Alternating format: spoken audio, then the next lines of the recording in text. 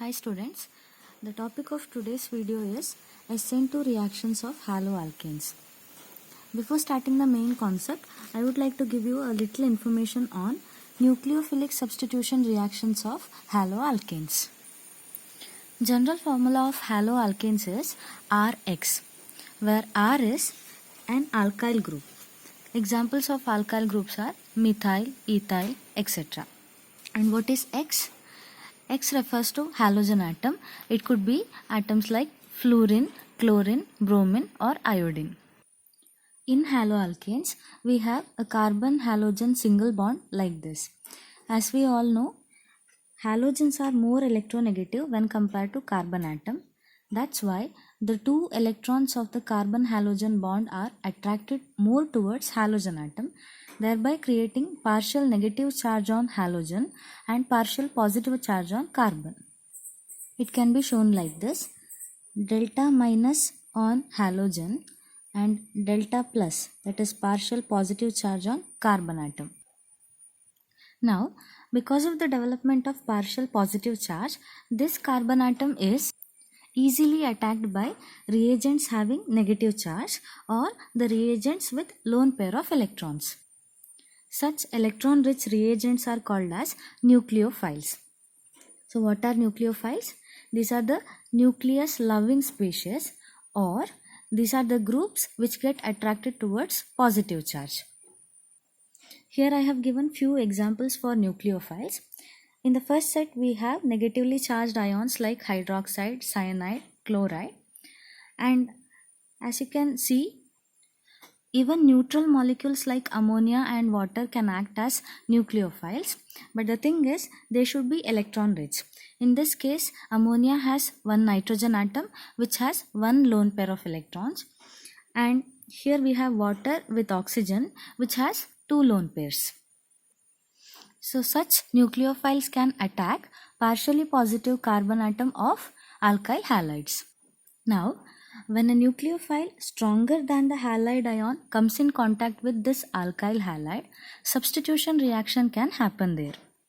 Therefore, when a nucleophile stronger than the halide ion approaches the positively charged carbon atom of alkyl halide, that is this carbon atom, the halogen atom with bonding pair of electrons is displaced or it is lost, and a new bond is formed between carbon atom and the incoming nucleophile. It can be shown like this.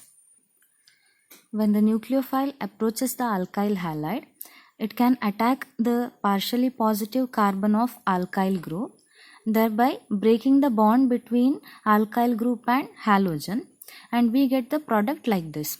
So what is this? It is a nucleophile substituted alkane. And what has happened to this halogen? The nucleophile has substituted the position of halogen.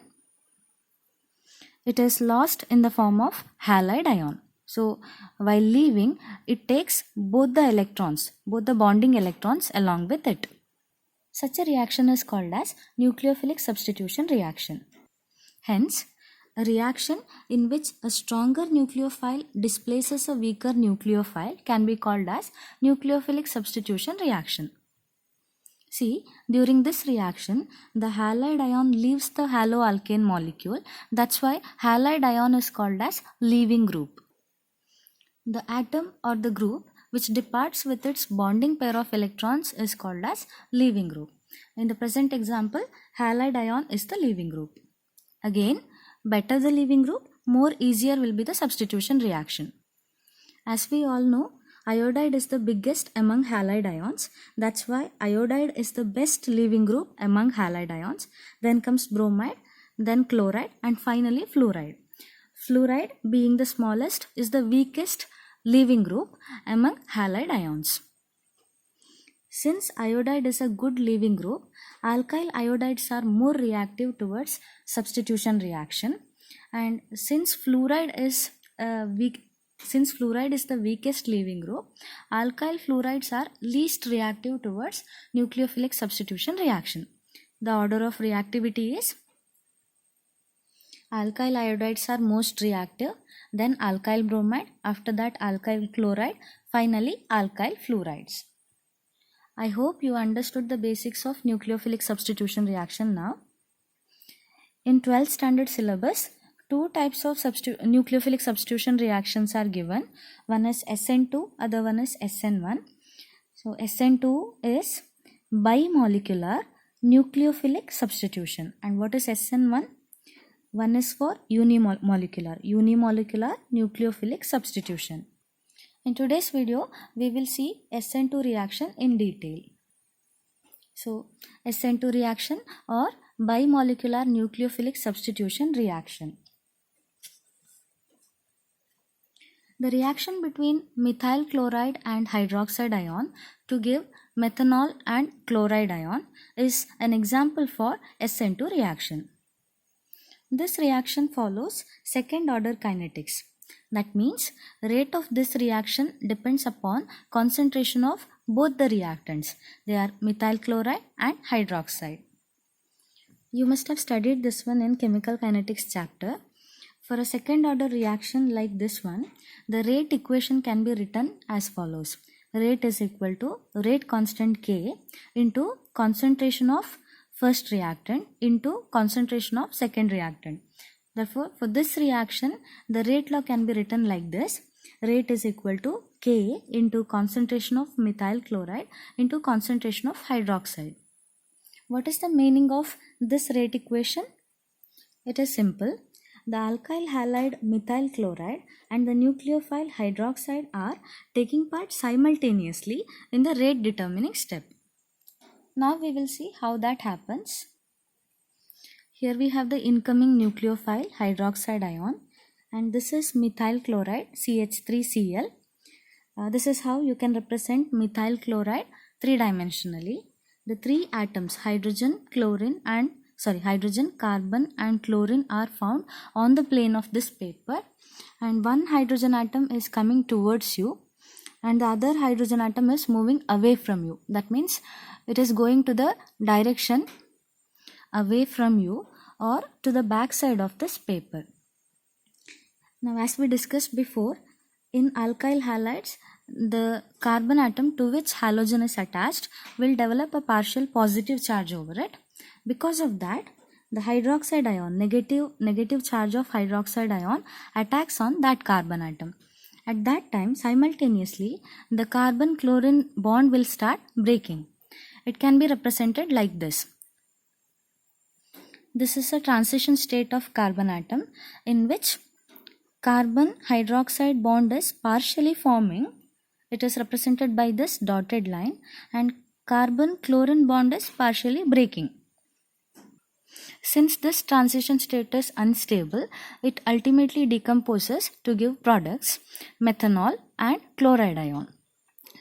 See, in this methanol, the carbon oxygen bond is completely formed, and what has happened to bond between carbon and chlorine? It is completely broken. That's why we have chloride ion here.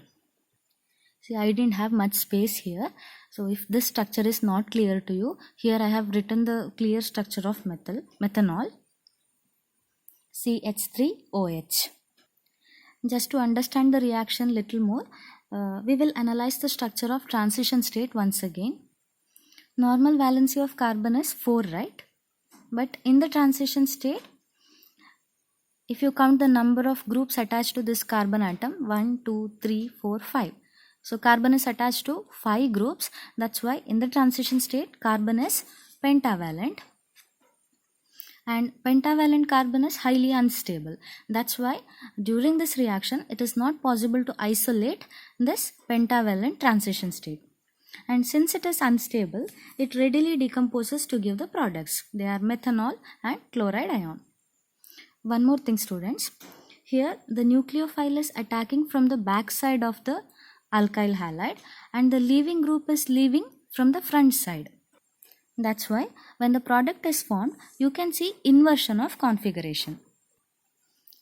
Here the halide ion is present on this side, but when the nucleophilic substitution has took place, the newly added group is found on the opposite side. This is called as inversion of configuration. Therefore, SN2 reaction products are always accompanied by inversion of configuration. and it has a specific name. It is called as Walden inversion. What is the reason? Nucleophile is attacking from the back side, but the leaving group is leaving from the front side. Therefore, the final product will have inverted configuration. And what is it known as? It is known as Walden inversion. So that is about SN2 reaction mechanism. Now we'll see a little on rate of SN2 reaction. See, this is how a haloalkane looks. We have the partially positive carbon atom to which partially negative halogen is attached, and when the nucleophile approaches, it attacks on the partially positive carbon atom. At that time, carbon halogen bond breaks and we get the nucleophile substituted product with the loss of halide ion. Now, the rate of this reaction majorly depends upon the nature of groups, other three groups attached to this carbon atom. If very large or bulkier groups are attached to this carbon atom, they can block the incoming nucleophile, or they can inhibit the attack of incoming nucleophile. Hence, what happens?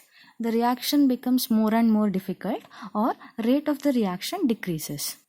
Instead, if smaller groups are attached to this carbon atom, like hydrogen atom, if at all present, then the nucleophile can easily attack this carbon atom, thereby the reaction becomes easier. Therefore, the order of reactivity of alkyl halides is like this.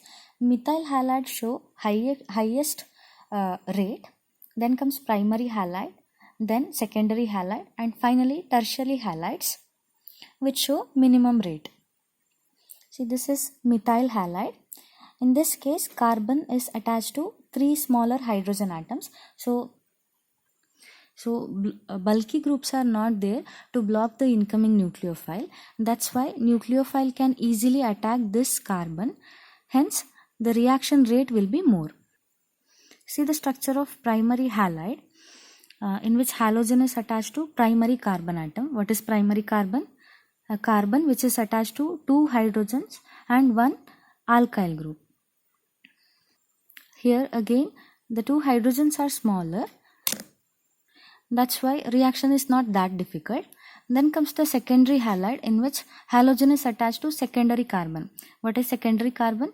A carbon attached to 1 hydrogen and 2 other alkyl groups.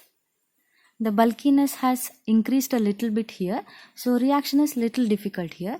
Finally, tertiary halide. So what is tertiary halide? It is the alkyl halide in which halogen is attached to tertiary carbon atom. Tertiary carbon atom is the one which is not attached to any hydrogens. So a carbon which is attached to 3 different alkyl groups can be called as tertiary carbon.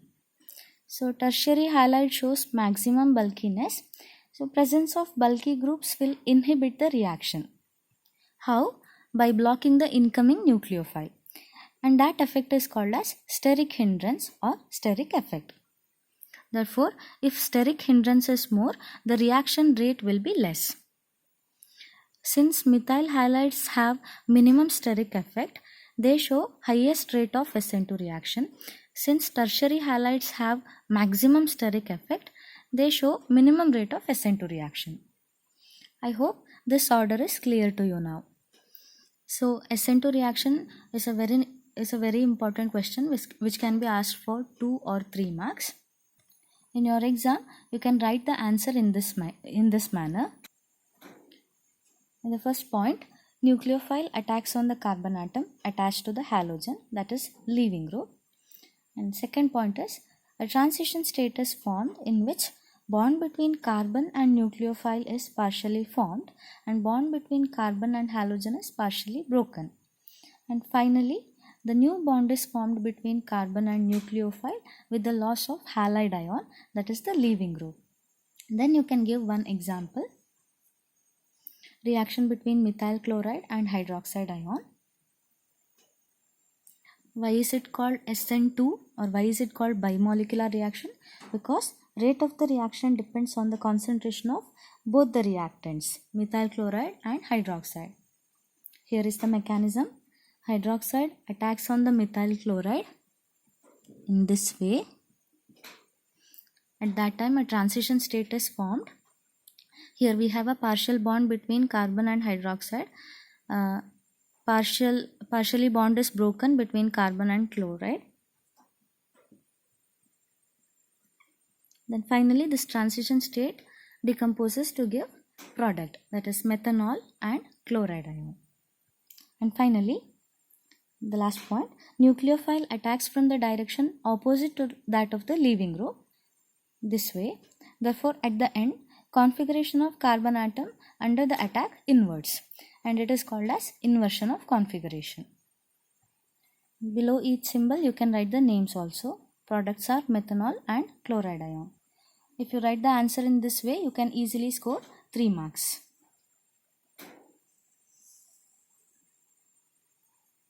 So that is about SN2 reaction. Thank you so much for watching.